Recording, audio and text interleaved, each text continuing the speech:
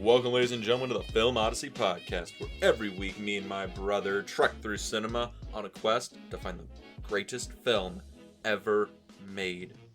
And this week, we're talking about Unforgiven. So, Randy... They didn't use the Metallica song. I was a little annoyed. Unironic, I know this is supposed to be like, you know, a very, like, true revisionist Western, but, like, they could have dropped the needle at some point. Over the credits, just played Unforgiven by Metallica. My doubly unforgiven. I might be weird, but I still like Metallica. That's just me.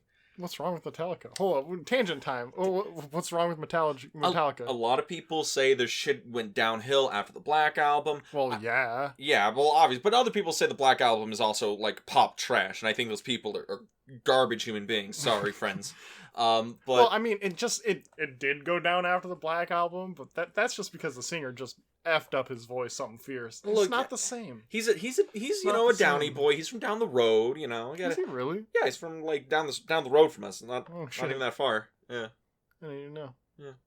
But back to the movie Unforgiven, not the song. Yes. My first Clint Eastwood movie? I don't know if you watched like Hang 'Em High or Outlaw Josey Wales with Dad. No? Nah, not even close. Okay, so yeah, unless Dirty Harry? No. So my first Clint Eastwood movie. Probably, yeah. It's alright. It's alright. It's alright. Didn't blow your socks off? It didn't blow my socks off. It was pretty good, though. I would have to come out of the gate saying, it was pretty good. I enjoyed it. Didn't blow my socks off. It had a lot of things I liked. But there wasn't that like little extra anything. Like, it wasn't very spicy at all. The only things I thought were like really good in it was just the acting between the characters, really, between the main three characters. Yeah. And maybe like the dialogue was pretty good, I thought, even though like the ADRing was kind of trash. Really? You like the dialogue? Yeah, you didn't like the dialogue? I thought it was like kind of straightforward and like it was a little blunt for me. Like, here's my thing. I would agree. I think the acting in this is brilliant. I think Eastwood and Hackman, huge standouts.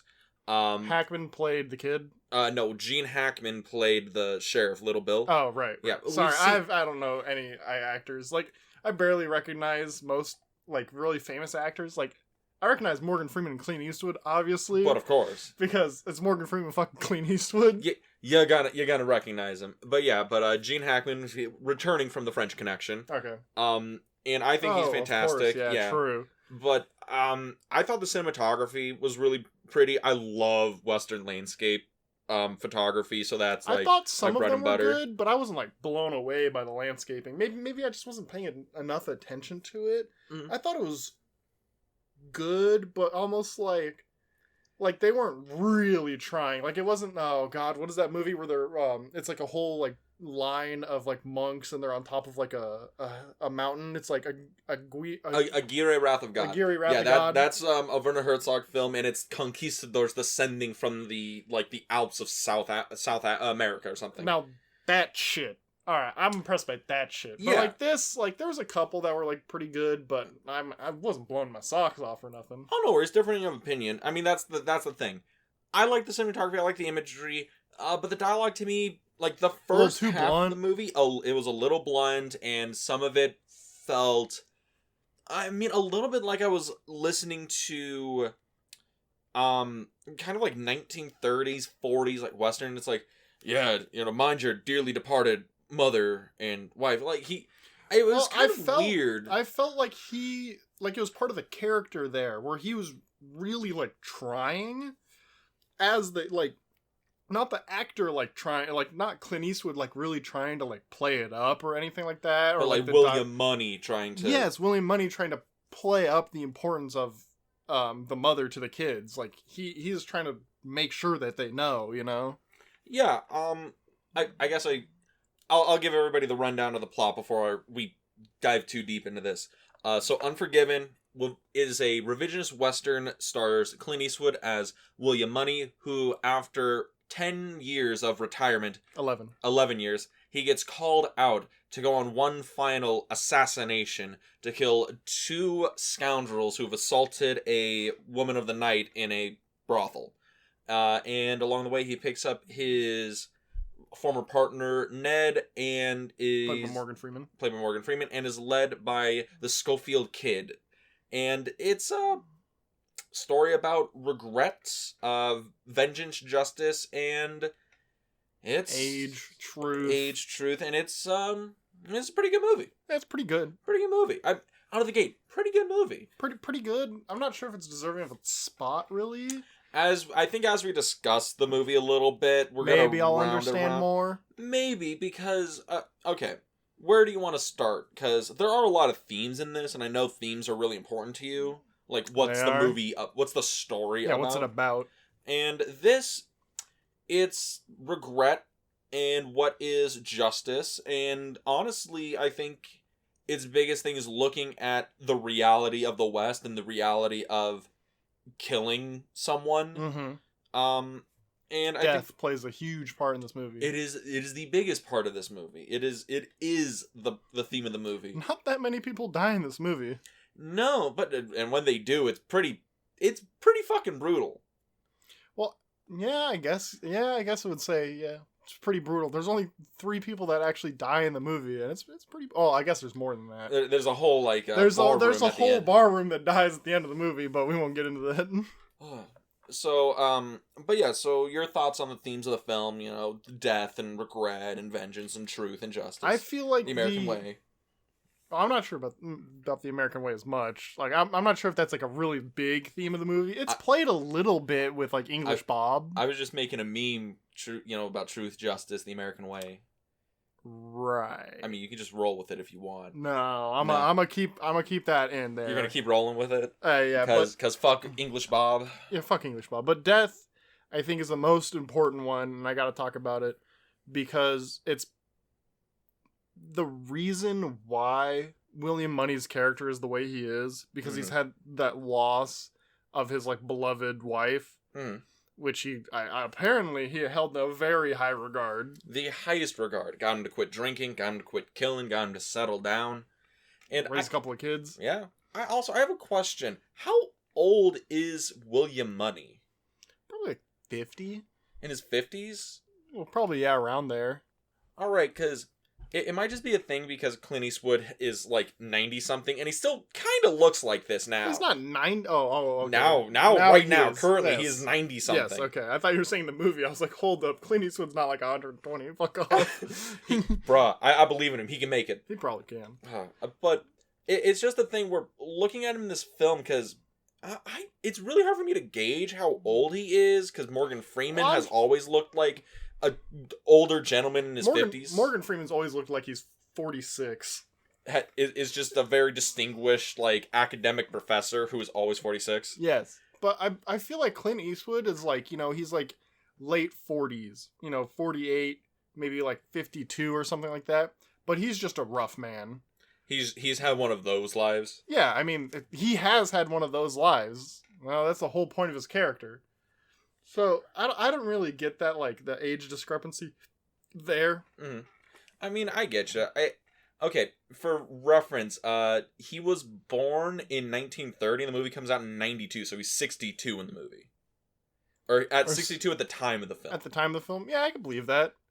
Oh, he was 62? Holy shit. Looking pretty good for 62. Yeah, looking pretty good for 6. I mean, he looks pretty good for 90, whatever the fuck now. Pretty good at 90 fucking 4. Yeah, we don't need to get into that story. But, I don't know, look, because I think Clint Eastwood has, like, the movie star icon, because The Good, the Bad, and the Ugly trilogy, or not, the Dollars trilogy. The Dollars trilogy.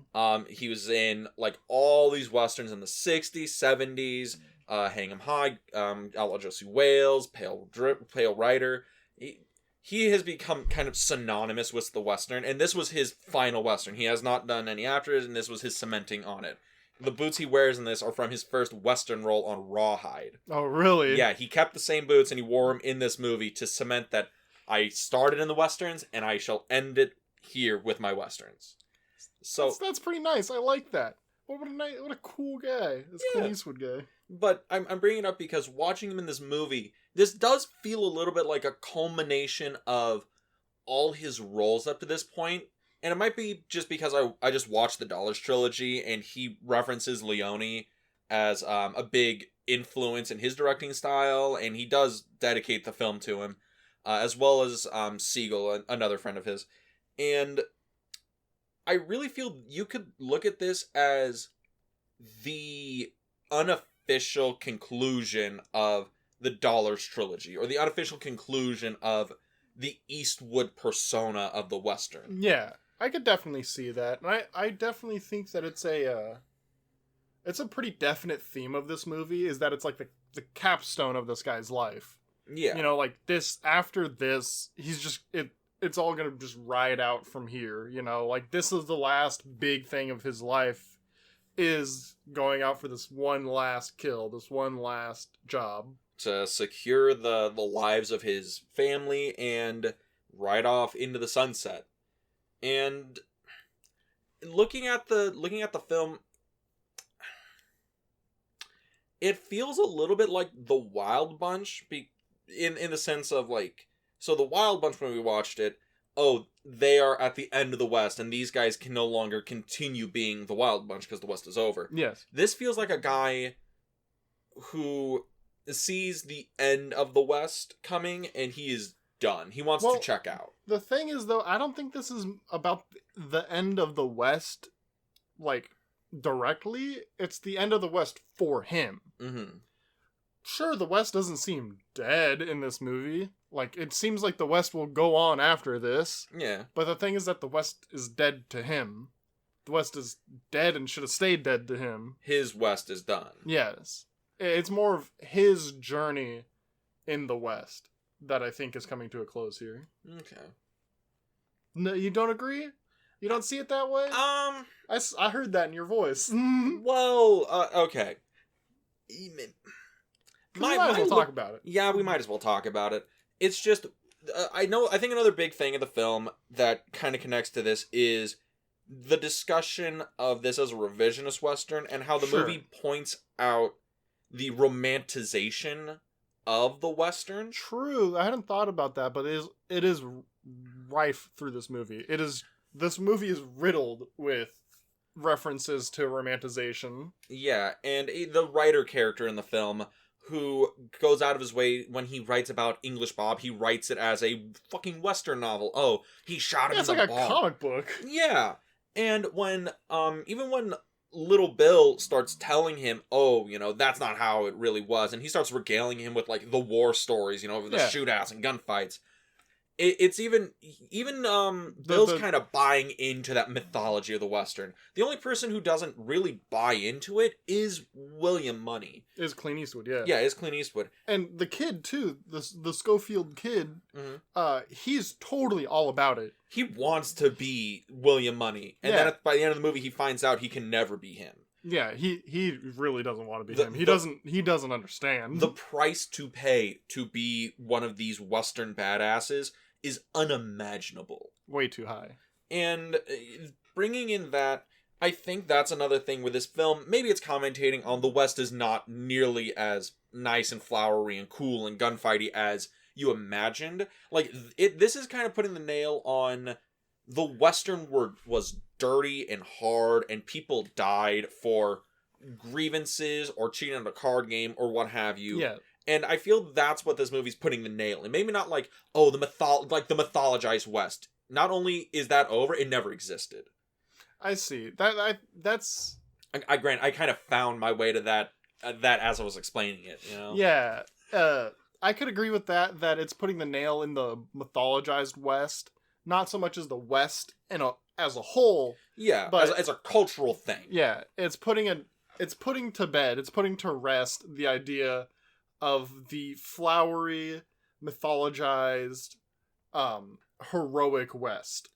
Yeah. There weren't a lot of heroes, big capital H heroes in the West. There were some guys. Yeah. There was good and bad men. I mean, when... There's no Odysseus or Achilles. I think it really points out where we don't have the traditional, idea of the standoff, right? Mm-hmm. Where, two guys meet in the middle of town and they draw their gun. High noon, and when the bell rings noon, they both draw their guns and shoot it out. We don't have that. The two killings in this is... Well, the main ones. The two main killings in this is one of them is riding his horse down in a valley, and he just gets shot, like, dead from, like quarter mile up a cliffside. And the other guys are like, fuck, well, I guess he's fucking dead. And the other one is the guy's taking a dump, and they just open the door and blast him.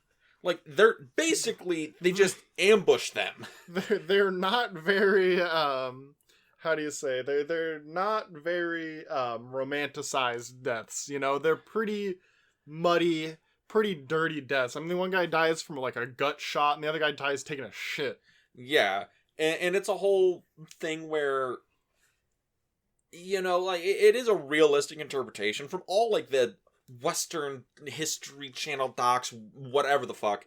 Yeah, if you were a bounty hunter or whatever, your job, if it was, oh, this guy, he, you know, robbed a bank or whatever, and he's wanted dead or alive, like, you would just wait for him to, like, either fall asleep and you just, like, pounce him, shoot him, like, 4 times and drag his ass back into town, or while he was playing cards, you walk him behind him and shoot him 3 times. Like, that's pretty much how that worked, yeah. You know, you didn't, like, call the guy out. Don't take no risks. You know, it's a job, right? Also, that's how America was once upon a time. Your job was to hunt, was a manhunter chasing outlaws across the plains. Well, what do you mean once upon a time? Randy, not a politics podcast. Stop it. Stop that. Like I knew exactly where I was going. ATF, get off my lawn. ATF, get off my lawn. But it's just one of those things where I think it's a very interesting look at how this movie just brutalizes the mythology of the West. While still using, like, all the iconography. Like, all those landscape shots, they're reminiscent of John Ford films, like George Stevens westerns, Howard Hawks westerns. They're very reminiscent of, like, big, grandiose landscaping. Mm-hmm. And it's just a fascinating way to look at the movie, I guess, through that lens. Yeah, that is one way to look at the movie. Another way to look at the movie is truth and lying. Yeah. And how lying doesn't get you nowhere. I kind of want to know what you mean about that. Well, where are you drawing that from? Basically, the fact that, like, lying doesn't get you anywhere comes from the women lying to the cowboys about what had been done to what's her name? The gal. Delilah? Hey there, Delilah. What's it like in Big Whiskey? Yeah. For them kind of, like, lying, romanticizing what had been done to Delilah, and then also them probably taking that and then romanticizing it again when they get back to Texas or wherever. Yeah, or exaggerating it, conflating it to something it wasn't. Because I think at the beginning of the movie we see what happens, right? She gets cut up by a drunk asshole. Also, another thing about lying is the kid. Mm-hmm. All he does is lie throughout the whole movie until the very end. Yeah. He's trying to conflate himself to be, you know, the Schofield kid, badass motherfucker. And he ain't. And, how do you say? Clint Eastwood's character never lies. No, he does. You know, they ask him about when Little Bill comes in, ask him about the gun. He tells him he don't have a gun on him. No, that's true. No, you're true. You're right. Mm-hmm. You're right there. Yeah, I mean, I kind of get what you're going for, because but he does get punished right afterwards, doesn't he? Yeah, he gets the shit kicked out of him. I guess, you know, all lies will be punished. But here's what I wanted to get at. I think that the whole thing about the truth and the conflation and all that, I think it really stems from the initial scene where Delilah, she's assaulted, and they call the sheriff, and the ladies want these guys, you know, they fucking killed, right? Yeah. Because they cut up Delilah, and she's, you know, gonna be out of a job, she can't be a whore no more, all these other things. And Little Bill's like, well, how about both y'all bring in combined 5 ponies. 7 horses. 7 horses. That's a lot of fucking horses. That is a lot of horses. Bring in 7 horses, we call it squares, and you go on your way. Right?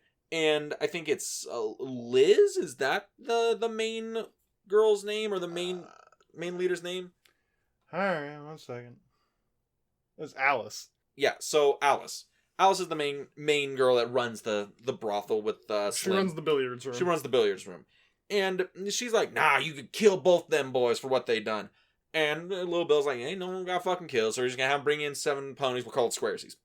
And then Skinny, who owns the horse, owns them, yes, is like, fuck it, I'll take it. And they don't get whipped. They don't give any physical retribution. But they do, in accordance with Bill, who is quote unquote the law here. They abide by the law and they pay their fine and they go on their merry way. After the thaw, they come back. They pay with their horses and they bring an extra horse specifically to give to Delilah, the lady that they cut up. And it shows like, they're guilty, they give in, yada yada. In the eyes of the justice system, according to this movie, it has been laid out. And then Alice and with the girls combine their money and they put $1,000 bounty on these 2 guys. And then they decide to take justice into their own hands. Yes. Which only leads to more death and more violence. What do you think of that? Where these women decide to take justice into their own hands and go beyond the law to seek justice. Is there so much a difference between justice and revenge here? That because I'm trying to think like that relating to the end scene. Like how it all relates in the movie, because you can, is the only justice the justice under the law, or is there a true justice? Justice. God. Well, no, but that's the point here, I'm not saying, oh, God is like, oh, this is like, it's that conversation. It's like, no, oh, God is like, oh, I've realized we now have to address this. Well, I mean, it's part of the movie here. What do you think the movie is saying about that? Is it saying that the only, like, you should leave it to the law to decide these things? Or is there a justice beyond the law? Is Clint Eastwood's character right in getting justice for Ned? I mean... That is it deserved justice?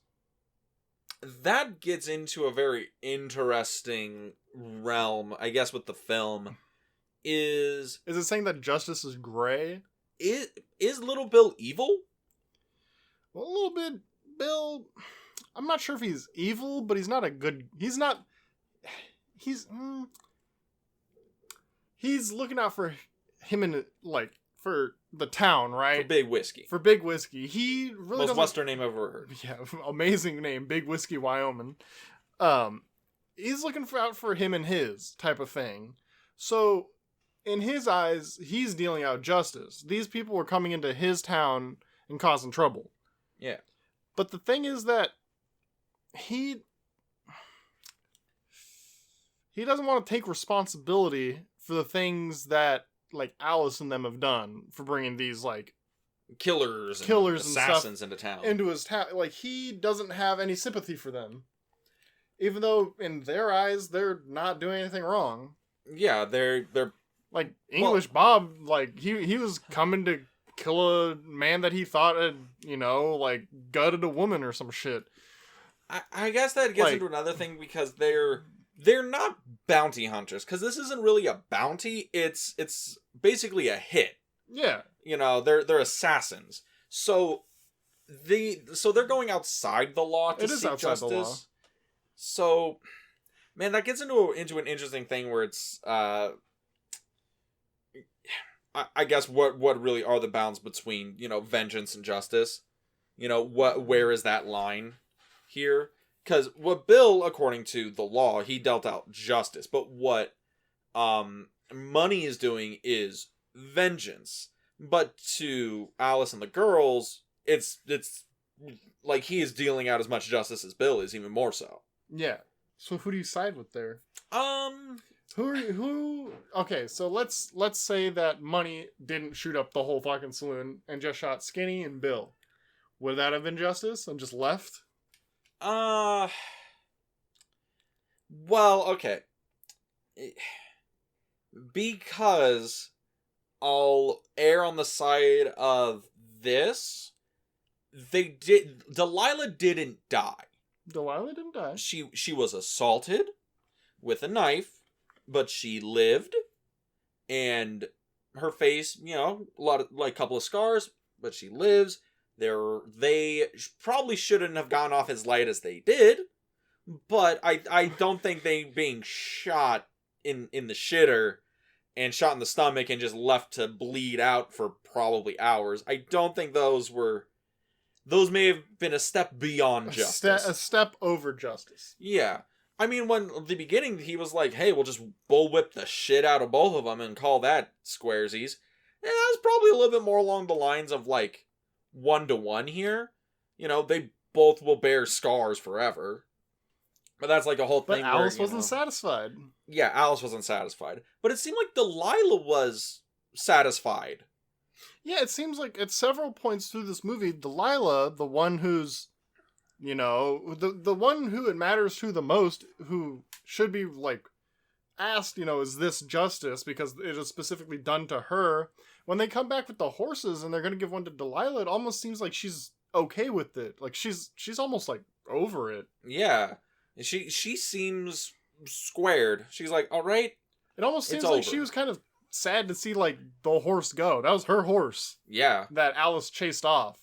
Also, I want to make a point about this, because this is something that people tend to conflate about the Western, is everyone had a horse and, you know, everyone roamed the plains. Horses were like cars. And back in the wild Western days, not everyone had a car. Not everyone had horses. Horses were incredibly valuable. Like, that's why people stole horses. Yes. That shit ain't cheap. And they're just like, oh, you're gonna give her a mangy goddamn pony? And I'm like, bitch, that pony is she could probably sell that for like $100. And that's $100 in 1880s money. That's some good fucking money. That's some decent fucking money. Or nothing else, she has a fucking horse. A horse. Those are valuable. So, I don't know. That's like one thing that just annoys me in these, where people like, I don't need that no goddamn horse running out of town. You can also see that is taking Alice is taking the situation into her own hands. She's deciding what she thinks is just and what is unjust. And she ignores Delilah. And she's ignoring Delilah. Nobody really talks to Delilah about what she wants. Almost at all.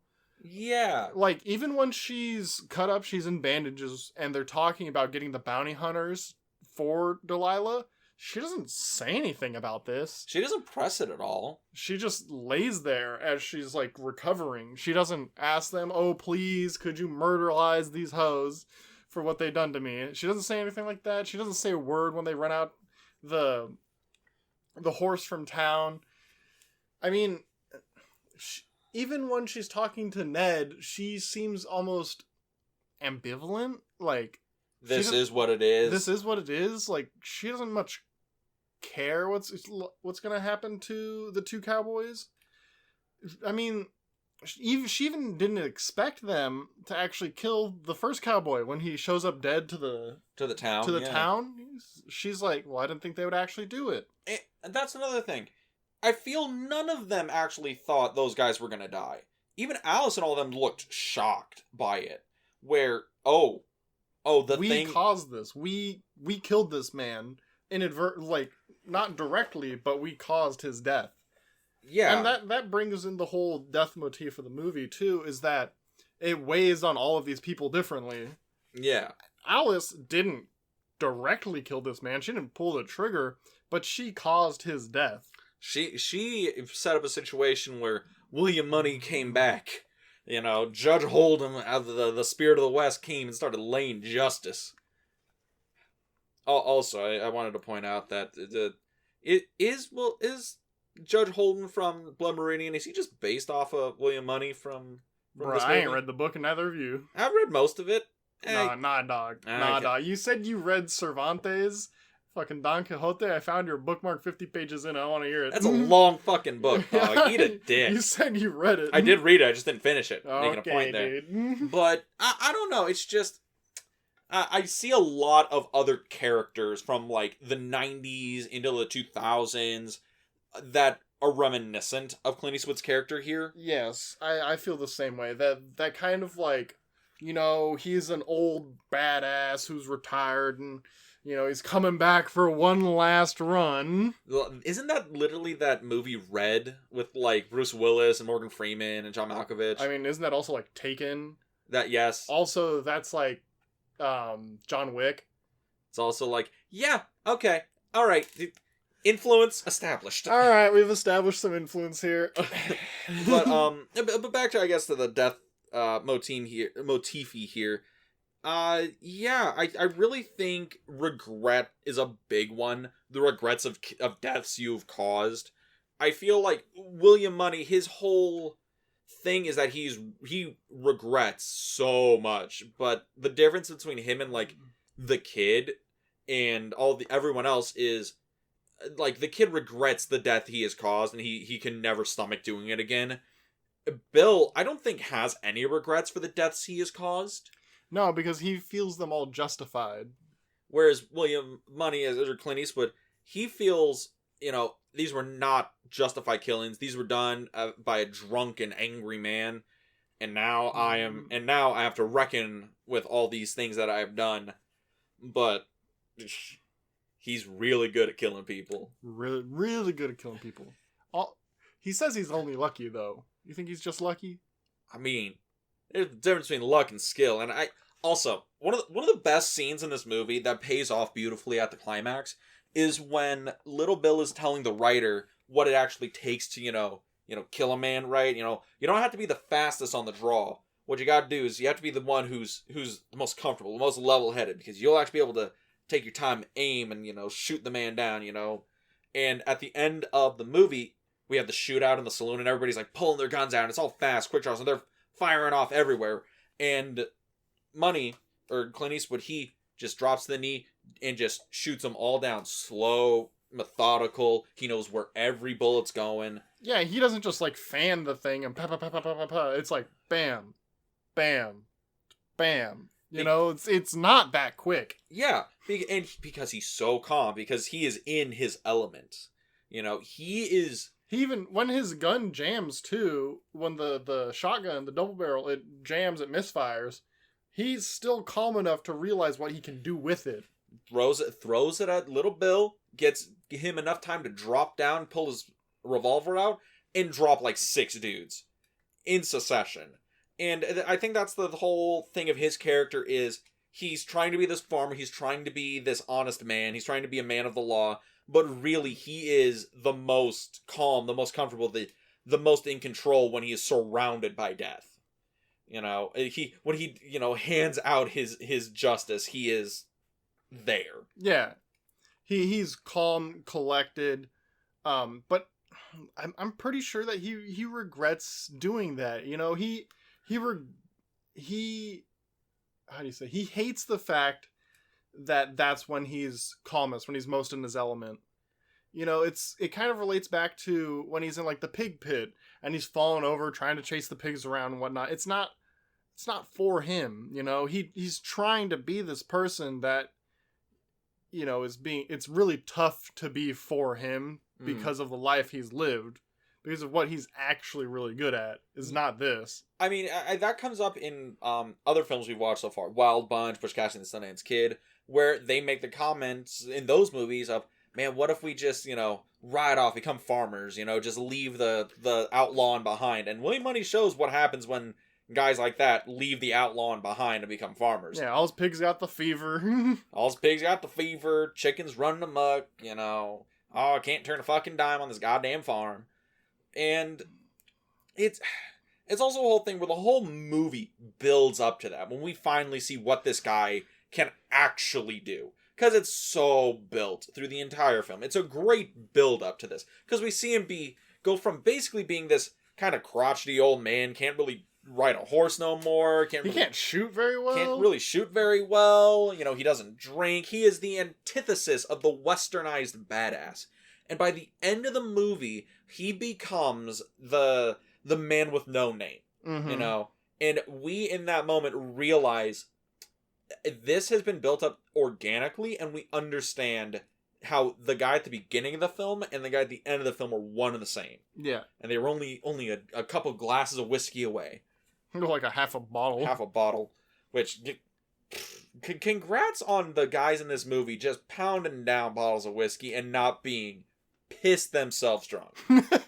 Oh my god. Well, they probably would be in about 10 minutes once it hits them. I guess. But the way the Schofield kid is pounding back that bottle of whiskey, just taking belts after belts, Like, do you mean when they're riding into town or at the very end? At the very end. Like, when he gets up and starts talking to Clint Eastwood about, oh, don't worry, I'm going to take the stuff back. Here you be.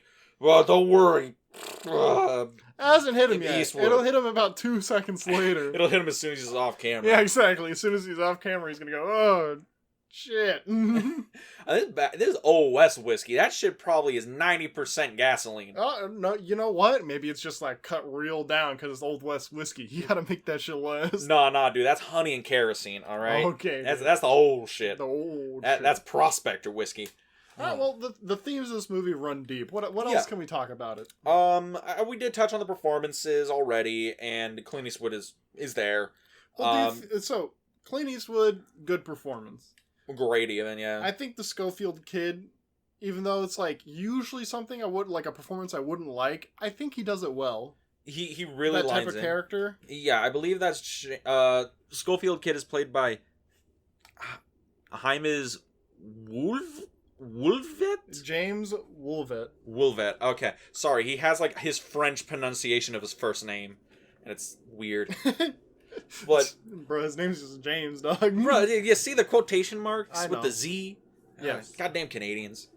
Is he Canadian? Yeah, it says right there, Canadian. Alright, okay. So read the text. But yeah, so I really like him in the movie. He is playing a character that in any other Western you would want out of the movie as soon as possible. Oh god, yes. But he kind of gets redeemed at the end where he realizes that all these things he wanted to do, this whole person he's been up to this point, is a lie. It's not what he really wants to be. Yeah. When basically all the lies he's been telling finally come to roost. You know? And I think that's the good part about it, because in a lesser movie he would have been Billy Badass and would have just died at the end. And then, that would have just rallied Clint Eastwood even more to go after Little Bill. Yeah. In a lesser movie, that's what would have happened. But in this, it's like, yeah, of course the kid's full of shit. He's raised on the mythologized West. His uncle tells him the stories of, William Money and Ned and all their shootouts and all the crazy, fights they get into, right? And he's like, I want to be like that. And then at the end he realizes, the cost. But I like Skinny too. I thought the actor for Skinny was pretty good. I've seen him in another movie. Anthony James. He's a character actor. He worked in a bunch of fucking stuff. There's something. He seems so familiar from something, but I don't know what it is. In the Heat of the Night. He was in the Heat of the Night. Oh yeah. He was Ralph in the Heat of the Night. I think Ralph the guy that killed him? Was he the killer? In the Heat of the Night? No, wasn't... Yeah, Ralph was the killer. Yeah, he was the guy that worked at the diner. Oh, motherfucker!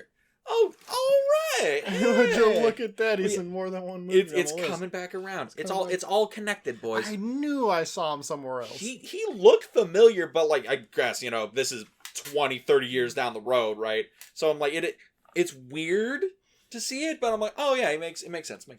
Now, how do you feel about Ralph's character? Or you mean Skinny's character? Yeah, or Skinny. Yes. Yeah. Sorry, my bad. Well, what's Anthony James? Well, how do you feel about his character? How about Skinny? Honestly, about the way he acts about the women. Oh, okay. Well, I think he's a shitty human being. He's basically a legalized slave driver. But yeah. I don't like his character because of how cruel he is and how kind of ambivalent he is. He sees these women as property and not as people, and but he's trying to protect them. Yeah, well, he's trying to protect his investment. That's what he's protecting. He's not protecting the people. As long as their bits work, I don't really think he cares all that much of how they're doing. And I think that's the thing. I mean, don't get me, like, when Clint Eastwood shoots him at the end, do I think, is that like, fuck yeah, fuck that guy? I was more like, why the fuck did he... Oh, yeah, he was complacent and stringing Ned up in the front of the fucking saloon. Okay, I get that, but... Yeah? He just seemed like a shitty Western dude. I did think he was a great performance. Yeah, I thought he was pretty good. I thought he portrayed his character well. of kind of being like Bill, where he's just trying to protect him and his. He is abiding by the law, quote unquote, whatever that is in Big Whiskey. You know what? You said... Alright, this is a little tangent, but you said something that kind of, like, made me think about something that the film didn't really touch on. Nobody ever mentioned that, this is the 1880s. Yeah. Nobody ever mentioned that, Morgan Freeman's black. Okay, I wanted to mention that, alright? Because I am so confused by that whole thing. The thing, for historical context. Well, the thing though is that they kind of sort of touch on race in the movie, because the Schofield kid mentions that he killed a Mexican. Yeah, but he didn't actually kill him. He hit him with a shovel. Yes, and then Ned, played by Morgan Freeman, mentions how his wife or his girlfriend or the woman he's living with is an Indian. Yeah, Native American. Yeah. And not Native American. He doesn't say Native American. He does not. He says Indian. Yeah, I understand. Yeah, but I'm saying but nope, nobody. Not a one person mentions Morgan Freeman's black. Yeah, okay. I'm not sure if that's like just on me being like, because I thought that like maybe like they would just smooth it over, but then they mentioned Sally Two Trees, in like a racial context, and I was like, oh, okay, so the movie's gonna like touch on that later. They just don't. Because I'm curious a little bit about that for a number of reasons. Mostly because, like, in context, this is 1880, Civil War ended in 1860 something. Mm-hmm. So, well, also Wyoming's like a North state. It's true. But they're going through, like, from Kansas, and like I think they said something about run through like Texas and stuff like that. Yeah. So I am a little curious because do you think that Morgan Freeman's character Ned Logan, was he written as a African American? I mean, I honestly don't think so. Yeah. I think he was probably just written as another cowboy, another fucking Clint Eastwood white dude, and they were just like, we can't turn down Morgan. It's Morgan fucking Freeman. Like he's literally like the best guy that showed the fuck up. Like, let's be honest here, people. And Clint Eastwood was like, nah, fuck it, I just won't rewrite it at all. There's no reason to. Maybe this is like one of those things of like, colorblind casting actually shining through. Yeah, I mean, Morgan Freeman's character Ned Logan is a really good character. Mm-hmm. A lot of people give credence to Clint Eastwood and Gene Hackman because Clint Eastwood has like the most meat to work with in the fucking script, and Gene Hackman has the most like flashy scenes, and he's the villain. He gets to chew on all the scenery. But Morgan Freeman has a really subtle performance, and he's really good at kind of being the version of Clint Eastwood's character that's able to live the life after the deaths of his past and actually changing. Because Clint Eastwood's William Money, I don't think he's actually changed. He's trying to... He wants to have changed. That's why him telling his kids when he leaves about the mother or whatever, about his wife, that's why I liked that dialogue. Because he's not just telling the kids, he's telling himself. He's trying to convince himself. I get... Okay, you sold me on the opening... You sold me on the dialogue. It does actually come in and it does play into the character. But the other thing is, Money, he is still the killer. He's trying to walk the path of the righteous man. Ned, I think he thinks he can still be the killer. But then we see in the movie that no, he has actually become the righteous man. Yeah, Ned actually cannot go back to the life. While Money definitely could. Yeah. Because no qualms about it, really. It all plays out when they find the first cowboy. Yeah, and Ned shoots the horse. And then he still can't the best finish shot. the job. He's still the best shot, and he just can't do it. He can't finish the job on the cowboy, and then, Money does. Clint Eastwood does. Yeah, in the most brutal way. Shoot them in the gut, and you're just waiting for him to bleed out. And then he, rides off, and I really think Morgan Freeman may get short end of the stick here, and I do understand. He doesn't even die on screen. He doesn't, which is some bullshit. Also, another thing, because they have him like tied up against the cage and they're like whipping him on his back, right? You know, it's the bullwhip, and you know we all have the I guess the connotations of, oh, Morgan Freeman, African American man, getting whipped by a white sheriff in like the Old West town. You would think, the N-word is on the horizon of this scene.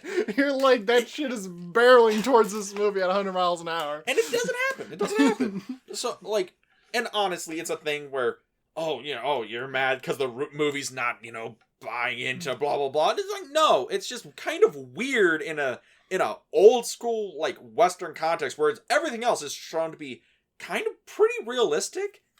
No one ever like addresses this or like throws a slur. I think at this point, was racism over in 1880? Did it come back? Racism was ended. Dean. It was ended in the 1880s. It was only until Griffith came that it came back in surge.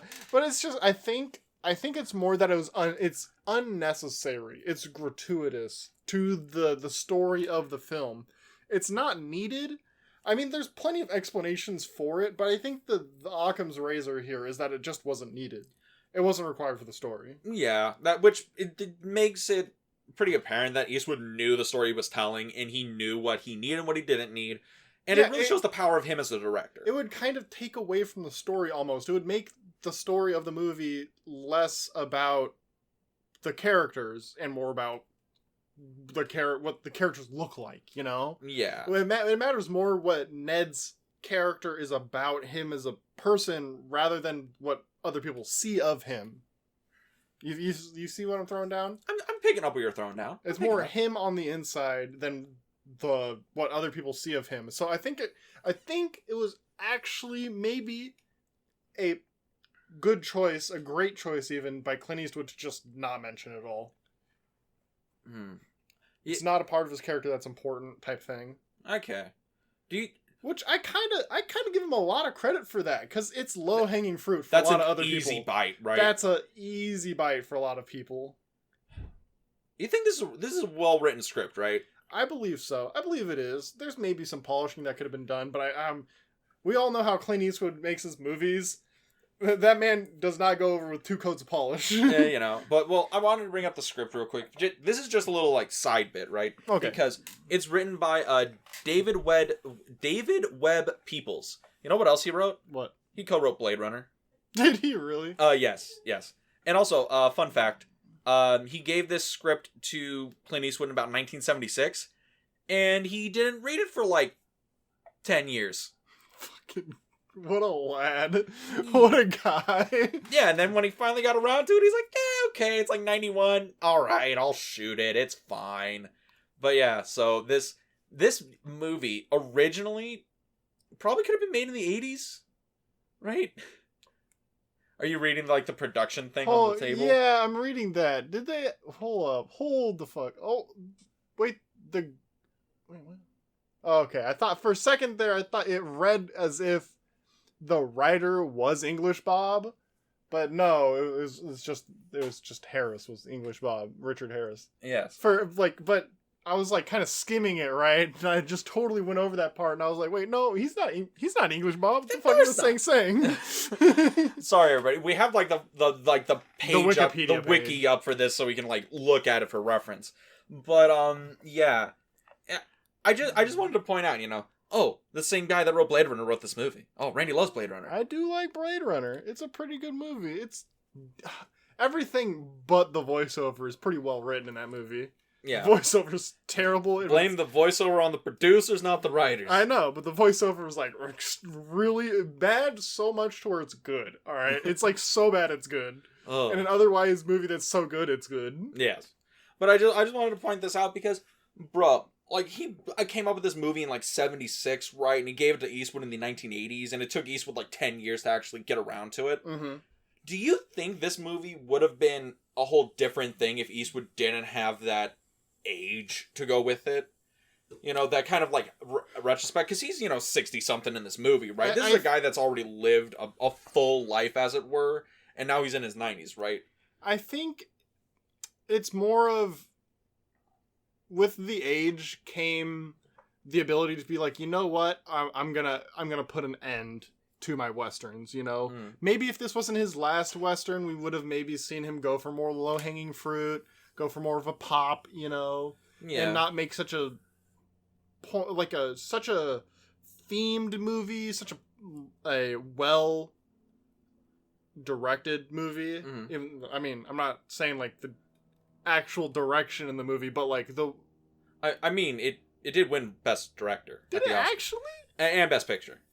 And Best Supporting Actor for Gene Hackman.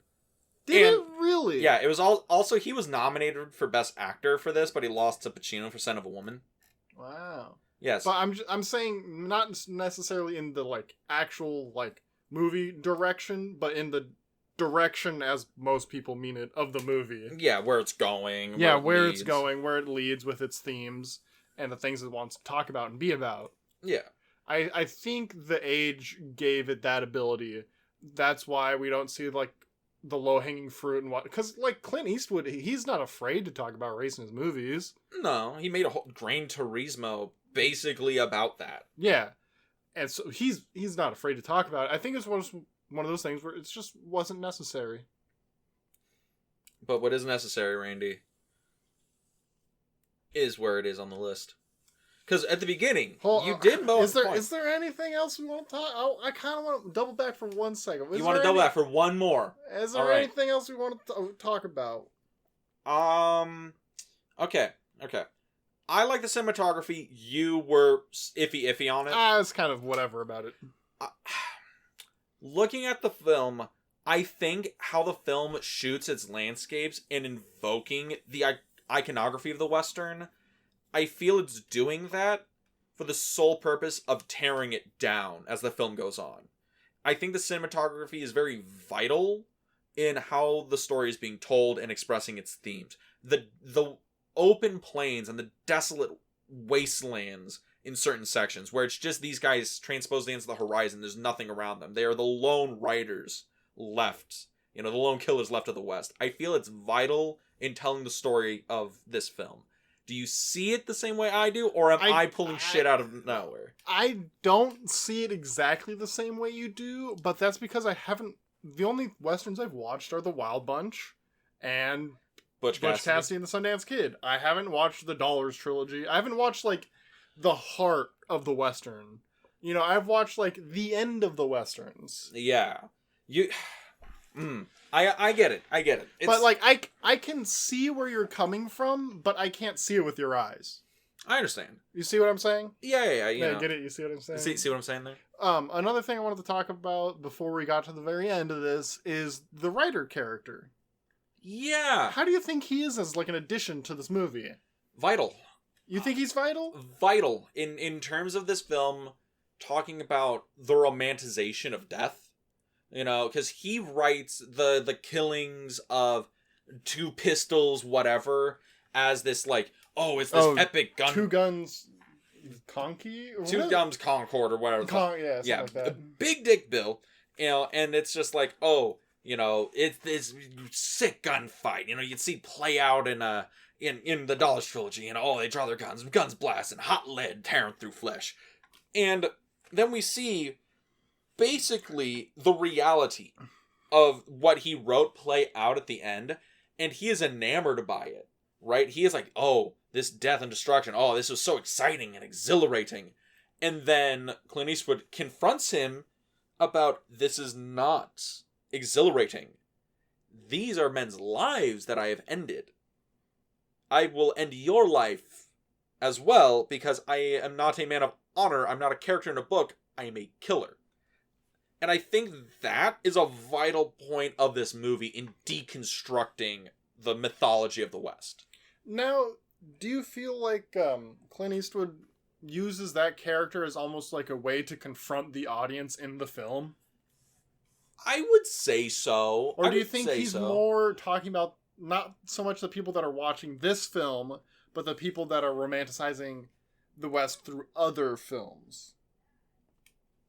Or do you think he doesn't make a distinction there? I would say he is addressing the audience that comes in with expectations of what this film is. Okay. They're coming in with the expectation that this is going to be the good and the bad and the ugly, or Josie Wales, or High Plains Drifter. This is going to be a Clint Eastwood shoot 'em up, action western film. Where it's not. It's a really slow drama about this guy confronting death and the end of his life, and the writer character is used to basically tell the audience, this is what you were expecting, this romanticized action thing, and this is what you're getting, is the reality. And the reality is, we reach the end of our lives, and it is filled with regrets for the wrongs we have done. Yeah. And the only difference between you and money is confronting those wrongs. And I think that's the reason why that character is so vital to the narrative. And for the themes.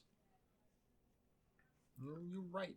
You're right. I want that on the checkerboard. He said I'm right. You're right. I want that click on the board. I had something else I want to talk about, but it just escaped me. Well, what's not escaping? You went on like 6 words too long that. That's the best part. That is why I'm so good at this. I talk just long enough to dominate. For me to go, man, I had something for that. I had a follow-up for that, but this is long gone now. No worries. Well, I guess let's get to it then. The final question. Get on with it. Let's get on with it, Grimithar. What movie is that from? What? Get on with it. Get on with it. That's from is it Monty Python? Monty Python and the Holy Grail, which damn it, it's English. It can't be on this list. It should be on the BFI though. It should be on the BFI. Put that fuck on the Sight and Sound. Why isn't Monty Python on the BFI? I don't think there's many comedies on there that aren't like Chaplin. Actually, Chaplin's so overrated. Randy's like, put some Brooks up there. Come on now. No. Actually, I don't think there's any. I don't think there's any Marx Brothers on the BFI. I would have to check. I don't think there are. Nah, put Monty Python and the Holy Grail on Monty Python and the Holy Grail above all these people. Yeah, that movie is like one of the funniest films ever made. It's fucking hilarious. It's so good. I love it. Yeah, it's like that and Airplane if we're talking about like absurdist comedies. I haven't seen Airplane in forever. How long is Airplane? 90 minutes, tight 90. You want to catch it after this? Fuck no. Okay, all right. I'll tell you. Keep that into me going. Fuck no. I'll keep it in. I'll keep it in. But I will say this: like Airplane still holds up. I think it's still fucking funny. But you know what? You know what else is a good comedy though? In the line of these comedies, Stanley Kubrick's. Dr. Strangelove. Dr. Strangelove, also a really good comedy. So good, and that movie's like kind of a smart comedy where you can like watch it and it's like not like laughing my ass off, but it's like every part you're like you got this little smile going. You got a sensible chuckle. But this movie AFI, we're finally getting to it. Originally it was on number 98. For the original. Now it's number 68. What the fuck? 30 points. 30 whole points. 30 points. That's quite the mover. Which I'm thinking maybe in the middle there. Maybe a whole, not quite that level. All right, bring it back down a little bit. Like, it's good. Mm-hmm. It does what it... This feels like a movie that could be switched off for something else. Well, here's the thing. I feel like we could drop The Wild Bunch and keep this. Yeah. Like, Sam Peckinpah films that push the boundaries of violence and cinema and all that stuff. The Wild Bunch is probably not his best film. I think Bring Me the Head of Alfredo Garcia is the one that everyone says should be on. Butch Cassidy and the Sundance Kid is a really good Western, strong Western. I like it. I like it a lot too. It's a good movie. I'd probably watch Butch Cassidy again before I'd watch Unforgiven again. Yeah. But here's my thing. I feel Wild Bunch, Butch Cassidy, Unforgiven, because they're the 3 Westerns we've watched so far, and they bear, discussion. I feel like all 3 of them could be switched with something else, You think, but all at the same time? Like, we could just drop these 3 Westerns off the list entirely? All 3 of them? Do you think 2 could go, but 1 could stay? Yeah, maybe 2 can go, 1 could stay. My whole thing is looking at these, and I'm like... I understand why these films are on here, right? I understand in context and like their influence and what they're doing. I understand that. But eventually we're going to get to the point where we're going to reach either the halfway point, the end of the list, whatever, where we're going to have to cull the films. We're going to have to, like, chop some films off of here. And all of these are, like, I feel Unforgiven's not Eastwood's best.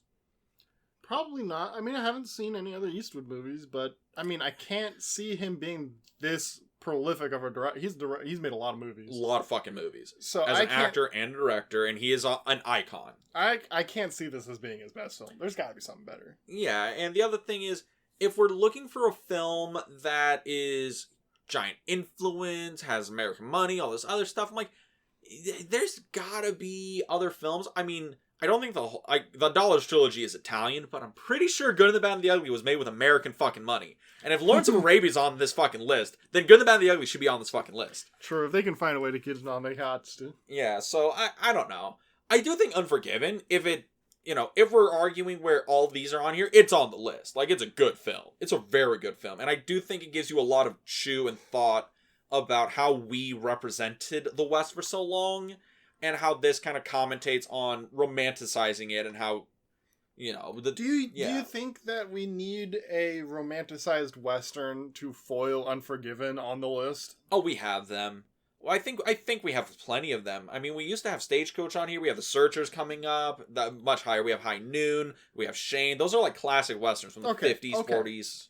Yeah, those are a lot more in line with a classical, like, interpretation of a Western film. So, okay, another thing, too, is Unforgiven and The Wild Bunch are both kind of opposing Westerns.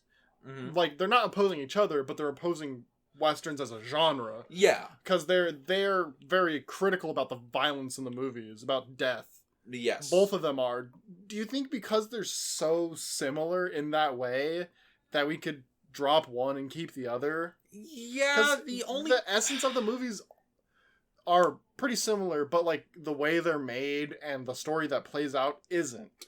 Yeah, my only thing is The Wild Bunch, for the time it came out, pushed the boundaries of censorship and was a really revolutionary action film. True. And, like, Unforgiven had like 30 years on that. Yeah, had like 30 years on it. Or like 20, right? When did Unforgiven came out in 92. I think Wild Bunch came out in 68? 69? Okay, so it had like 20 plus years. Or sure. 30? No, 20 plus years. 20 plus years. Yeah, 20 plus years. So I'm like, okay, because in context, like, cutting the Wild Bunch out seems disingenuous, but it makes sense if we just say, all right, a lot of movies push the medium forward, but which are the best films? And I think that's a thing that muddies certain picks on the list. True. It's like Bring Up Baby, Modern Times, Swing Times, where they are on the list because of what they're representing, and not so much of their pure quality as pieces of art. Yeah, right? I see what you mean. So, Unforgiven, I feel, as a piece of art and of cinema and of its themes, I think holds enough weight to hold on the list. But at this high, I am a little surprised. I'm a little suspect too. You Also, this is kind of souring my opinion of Wild Bunch as well. Yeah, the Wild Bunch, when we watched it, we really enjoyed it. And is this just the movie where every Western that comes after it just kind of ticks it down little by little? Well, I think it's kind of pulling both of them down, Unforgiven and the Wild Bunch, because in my eyes, they're so weirdly similar that it's kind of pulling them both down. I'm like, it's not really like that crazy. Look, there's two movies that are so alike, But they lost that uniqueness factor to me. Yeah, I mean, which is it's really unfortunate to say that about these movies. Yeah, because I think they're unique films. Like, just because they're borrowing of death and regret, like, from each other, like, those are eternal themes of the human condition, but it is a thing where they're both telling it in the guise of Westerns, and they're both hammering in on these themes, and yeah, they're two themes in a big, huge pot, but yeah, they do draw parallels. So, I don't know. It's just the way I feel. Yeah, and I mean, the film is something that's pretty subjective. Pretty suggestive, pretty personal, I would say, to people. You know, some people can connect very differently with films than other people. Yeah. And I'm just saying that, in my opinion, to me, they're kind of pulling each other down because I'm just a huge themes guy. Yeah. And they have decently similar themes, although they kind of separate in a way where one's talking about like the violence as it occurs and how it influences the people directly around it for like years to come, right, with like the kids and whatnot. While in this one it's more how the violence influenced the people that grew out of it. And it only has the one character that gets really influenced by it with the kid. Yeah, I mean, I get it. It's a thing where I acknowledge your take of it. I just feel that I can view Unforgiven separate from the Wild Bunch in that sense and bear it on its own. It's just still on its own. It's better than the Wild Bunch, probably, but it's probably better than Butch Cassidy on the Sundance Kid. So that's a funner film. That is a far more fun film. But Unforgiven's probably a little bit deeper, and I give it points for that. Okay. But up here, this ain't in the top 10. Nah.